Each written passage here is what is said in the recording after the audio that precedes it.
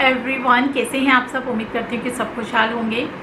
और मैंने एक वीडियो बनाई थी चॉक स्लेट को लेकर के, यानी कि जो चॉक वगैरह खाते हैं ना उनके लिए। उस वीडियो को आप सब ने पसंद बेहद किया है, उसके लिए थैंक यू।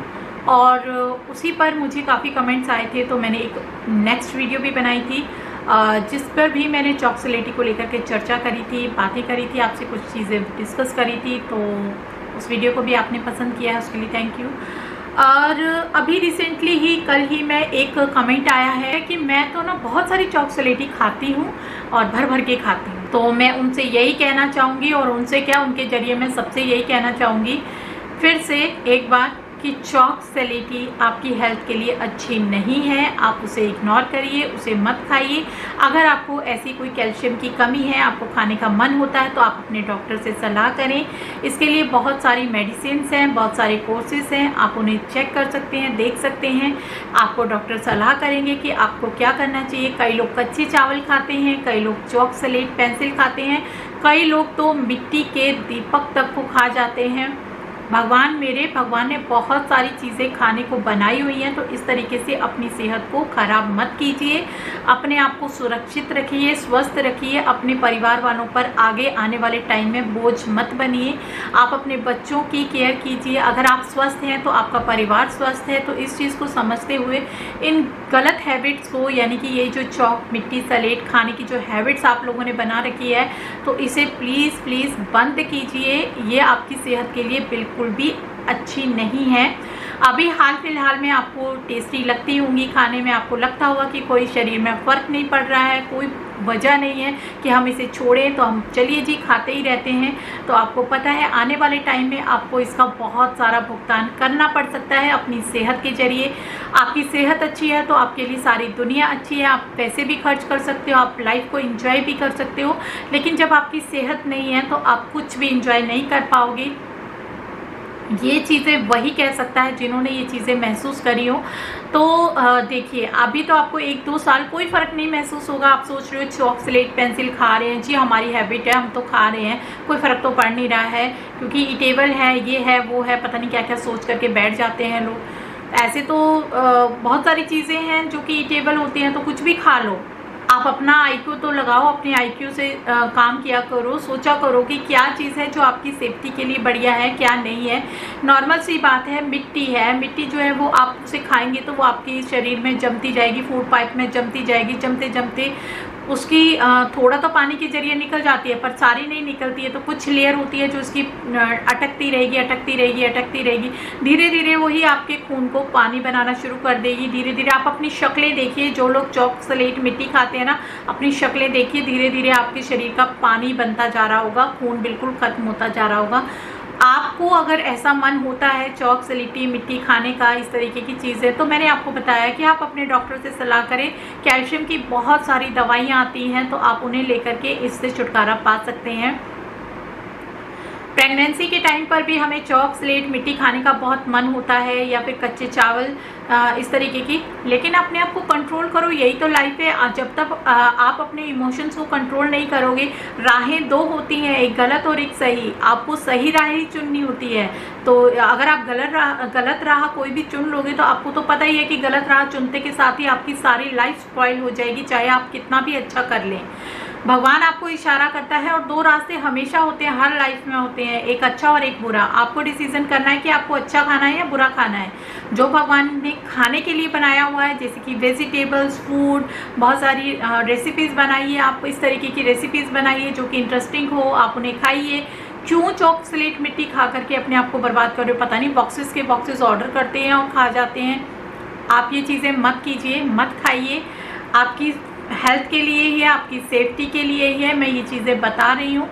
आप इन चीज़ों को मजाक में मत लीजिए, इन्हें सीरियसली इनको फॉलो कीजिए। कोई लोग सोच रहे होंगे कि पता नहीं क्या बोल करके चली जाती है, और हम लोग तो खाएंगे, हम लोगों को कोई फ़र्क नहीं पड़ता है क्योंकि हमें टेस्टी लगती हैं, और हम तो बहुत चुस्त फुस्त हैं, बहुत तंदुरुस्त हैं, हमें तो कोई फ़र्क नहीं पड़ रहा है। ऐसे ही लोग बोलते हैं, लोगों को आदत है। लेकिन मैं आपको बता दूं, अभी फ़िलहाल में आपको कम से कम 5 से 6 साल तो कोई असर नहीं, 6 साल क्या, आपको 8-9 साल कोई असर महसूस नहीं होगा। आप खाते जाइए, खाते जाइए, खाते जाइए, फिर उसके बाद देखिए आपको जो प्रॉब्लम आएंगी। कितनी प्रॉब्लम्स आएंगी आप सोच भी नहीं सकते हो। और फिर इलाज कराते रहिए और अपने पैसे वेस्ट करते रहिए, अपने बच्चों को परेशान करते रहिए, अपने आप को परेशान करते रहिए। कितनी प्रॉब्लम्स होंगी आपके शरीर में जब आप इतनी सारी दवाइयाँ खाएंगे, कितने सारे साइड इफ़ेक्ट होंगे। तो इन चीज़ों को समझिए, इसीलिए आपके फ़ायदे के लिए ही मैं ये वीडियो बना रही हूँ, क्योंकि मैंने आपको पहली वीडियो में बताया था कि मेरा पर्सनल एक्सपीरियंस है, मेरी मम्मी के साथ जो कुछ हुआ है वो मैंने आपके साथ पूरा डिटेल में शेयर किया था। लेकिन आप लोगों को फिर भी कोई फ़र्क नहीं पड़ता है। आज कमेंट आया है कि हाँ मैं तो बहुत खाती हूँ। ये नहीं कह रहे हैं कि आपकी वीडियो के जरिए हो सकता है कि अब मैं छोड़ूंगी। ये मैं जानती हूँ कि किसी चीज़ की जब हैबिट लग जाती है तो वो एकदम से नहीं छूटती है। तो आप धीरे धीरे भी छोड़ सकते हैं। जो आप बाउल भर के खा रहे हो वो आप कम क्वांटिटी में लेना शुरू कीजिए। जैसे कि आप मान लीजिए 2 टुकड़े खाते हो दिन में, तो आप 2 की जगह 1 लीजिए। धीरे धीरे आपको 1 की आदत पड़ेगी। जब आपको 1 की आदत पड़ेगी तब आप आधा लीजिए, फिर आधे। तो कम से कम 1 महीना बहुत होता है, आप अपनी हैबिट को चेंज कर सकते हो।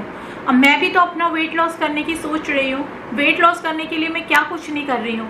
मैंने अपना ब्रेकफास्ट छोड़ा हुआ है। मैं यहाँ पर रोज़ वॉकिंग कर रही हूँ 15-15, 20-20 मिनट कंटिन्यू भाग के वॉकिंग कर रही हूँ। मैं यहाँ पर वेट लॉस करने के लिए कई तरीके की चीज़ें ढूंढती रहती हूँ, क्योंकि मुझे पता है मेरा वेट जैसे जैसे बढ़ेगा और जैसे जैसे मेरी उम्र बढ़ेगी तो मेरे शरीर में बहुत सारी बीमारियाँ आ जाएंगी। मुझसे उठा बैठा तक भी नहीं जाएगा ढंग से। तो मैं अपने शरीर के लिए अपने आप ही सोचूंगी ना, कौन सोचेगा। तो आपको भी अपने शरीर के बारे में खुद ही सोचना है, कोई आके नहीं बताएगा।